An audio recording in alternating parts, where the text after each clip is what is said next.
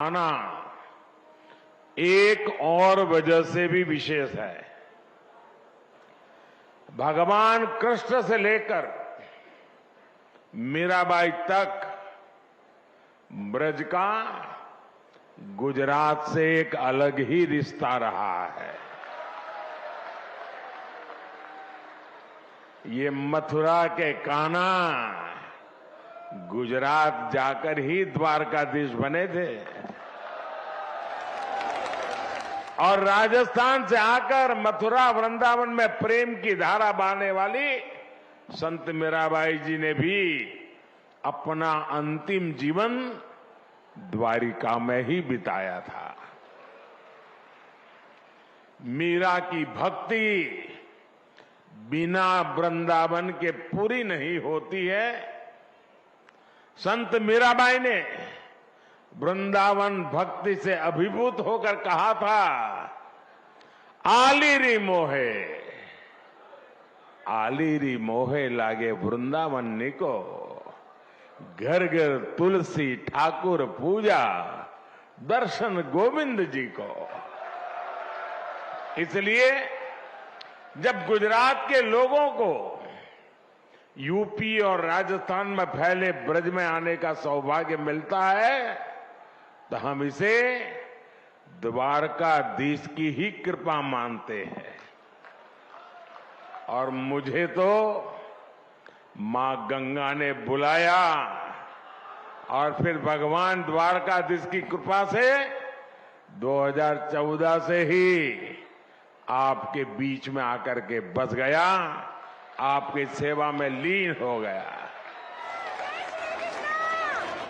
मेरे परिवारजनों, मीराबाई का 525वां जन्मोत्सव केवल एक संत का जन्मोत्सव नहीं है, ये भारत की एक संपूर्ण संस्कृति का उत्सव है। ये भारत की प्रेम परा का उत्सव है। ये उत्सव नर और नारायण में, जीव और शिव में, भक्त और भगवान में अभेद मानने वाले विचार का भी उत्सव है, जिसे कोई अद्वैत कहता है। आज इस महोत्सव में अभी मुझे संत मीराबाई के नाम पर स्मारक सिक्का और टिकट जारी करने का सौभाग्य प्राप्त हुआ है। मीराबाई राजस्थान की उस वीर भूमि में जन्मी थी जिसने देश के सम्मान और संस्कृति के लिए असीम बलिदान दिए हैं। 84 कोस का ये ब्रजमंडल खुद भी यूपी और राजस्थान को जोड़कर बनता है। मीराबाई ने भक्ति और अध्यात्म की अमृत धारा बहाकर भारत की चेतना को सिंचा था। मीराबाई ने भक्ति, समर्पण और श्रद्धा को बहुत ही आसान भाषा, सहज रूप से समझाया था। मीरा के प्रभु गिरधर नागर, सहज मिले अविनाशी रे। उनकी श्रद्धा में आयोजित ये कार्यक्रम हमें भारत की भक्ति के साथ साथ भारत के शौर्य और बलिदान की भी याद दिलाता है। मीराबाई के परिवार ने और राजस्थान ने उस समय अपना सब कुछ झोंक दिया था। हमारी आस्था के केंद्रों की रक्षा के लिए राजस्थान और देश के लोग दीवार बनकर खड़े रहे ताकि भारत की आत्मा को, भारत की चेतना को सुरक्षित रखा जा सके। इसलिए आज का ये समारोह हमें मीराबाई की प्रेम परंपरा के साथ साथ उस पराक्रम की परंपरा की भी याद दिलाता है। और यही तो भारत की पहचान है। हम एक ही कृष्ण में बांसुरी बजाते कर्ण कान्हा को भी देखते हैं और सुदर्शन चक्रधारी वासुदेव के भी दर्शन करते हैं।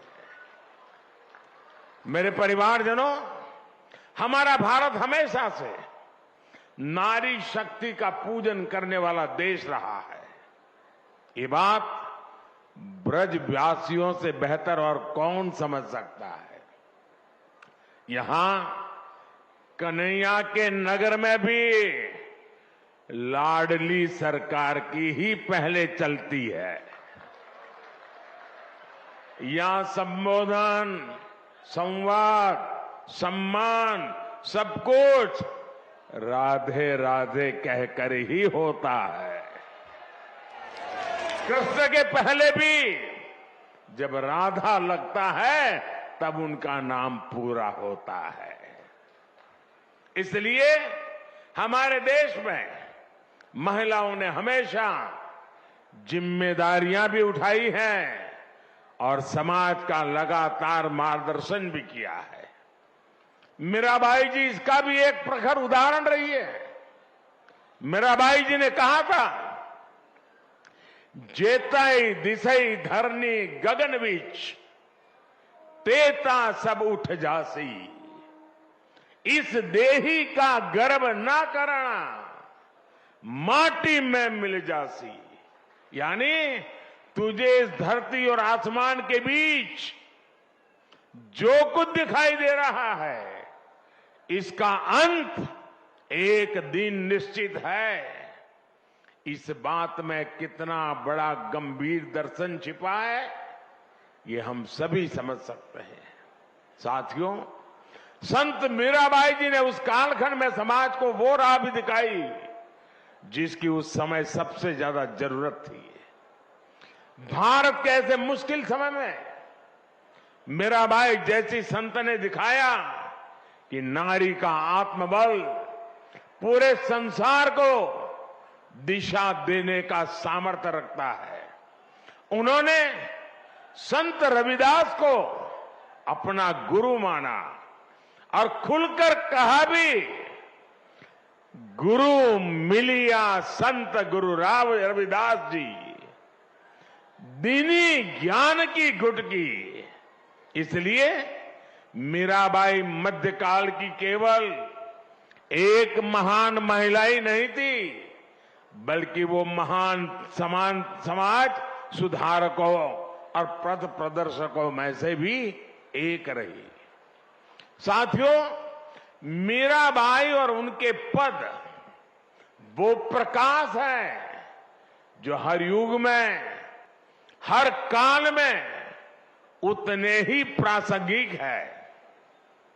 अगर हम आज वर्तमान काल की चुनौतियों को देखेंगे तो मीराबाई हमें रूढ़ियों से मुक्त होकर अपने मूल्यों से जुड़े रहने की सीख देती है। मीराबाई कहती हैं, मीरा के प्रभु सदा सहाई, राखे विघन हटाए, भजन भाव में मस्त डोलती, गिरधर पै बलि जाए। उनकी भक्ति में सरलता है पर दृढ़ता भी है। वो किसी भी विघ्न से नहीं डरती है, वो सिर्फ अपना काम लगातार करने की प्रेरणा देती है। मेरे परिवारजनों, आज के इस अवसर पर मैं भारत भूमि की एक और विशेषता का जरूर जिक्र करना चाहता हूं। ये भारत भूमि की अद्भुत क्षमता है कि जब जब उसकी चेतना पर प्रहार हुआ, जब जब उसकी चेतना कमजोर पड़ी, देश के किसी न किसी कोने में एक जागृत ऊर्जा पुंज ने भारत को दिशा दिखाने का लिए संकल्प भी लिया, पुरुषार्थ भी किया। और इस पुण्य कार्य के लिए कोई योद्धा बना तो कोई संत बना। भक्ति काल के हमारे संत इसका अप्रतिम उदाहरण है। उन्होंने वैराग्य और विरक्ति के प्रतिमान गढ़े और साथ ही हमारे भारत को भी गढ़ा। अब पूरे भारत को देखिए, दक्षिण में आलवार संत और नायनार संत थे, रामानुजाचार्य जैसे आचार्य थे। उत्तर भारत में तुलसीदास, कबीरदास, रविदास और सूरदास जैसे संत हुए, पंजाब में गुरु नानक देव हुए, पूरब में बंगाल के चैतन्य महाप्रभु जैसे संतों का प्रकाश तो आज पूरी दुनिया में फैल रहा है। पश्चिम में भी गुजरात में नरसिंह मेहता, महाराष्ट्र में तुकाराम और नामदास जैसे संत हुए। सबकी अलग अलग भाषा, अलग अलग बोली, अलग अलग रीति रिवाज और परंपराएं थी, लेकिन फिर भी सबका संदेश एक ही था, उद्देश्य एक ही था। देश के अलग अलग क्षेत्रों से भक्ति और ज्ञान की जो धाराएं निकली, उन्होंने एक साथ मिलकर पूरे भारत को जोड़ दिया। और साथियों, मथुरा जैसा ये पवित्र स्थान तो भक्ति आंदोलन की इन विभिन्न धाराओं का संगम स्थान रहा है।